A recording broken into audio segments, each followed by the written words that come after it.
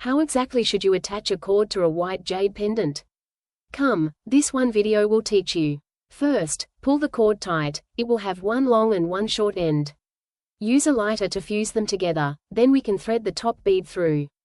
If it doesn't go through, just burn the tip slightly with a lighter. Once the top bead is through, it looks like this. Now, you can undo the part that was fused together. Briefly burn the thread and roll it with your fingers to create a longer, thinner tip. Use this end to pass through the hole pre-drilled in the back of the jade. If you want the cord to be more secure, you'll need to thread the other end through from the opposite direction. There's a little trick here. Soften this cord with a lighter, stick it to the other cord, and once they are joined, pull this cord to bring the other one through.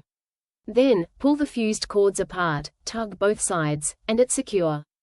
After threading, the cords will look like this, passing through the hole from the left and right. Now pay attention, here's a short formula. Left under, right over. The left cord goes under the middle cord, and the right cord goes over. Left under, right over. Pass the lower left cord through the loop on the lower left, then pull tight. Now, right under, left over. Right cord goes under, left cord goes over, then pass the right cord through the right loop. Pull it tight as well. This is the final result after knotting, much more beautiful than before, right? Finally, trim the excess cord, keeping it quite short. This length is enough. When melting it, wait about 2 seconds, then press it directly to secure it. This is our finished piece.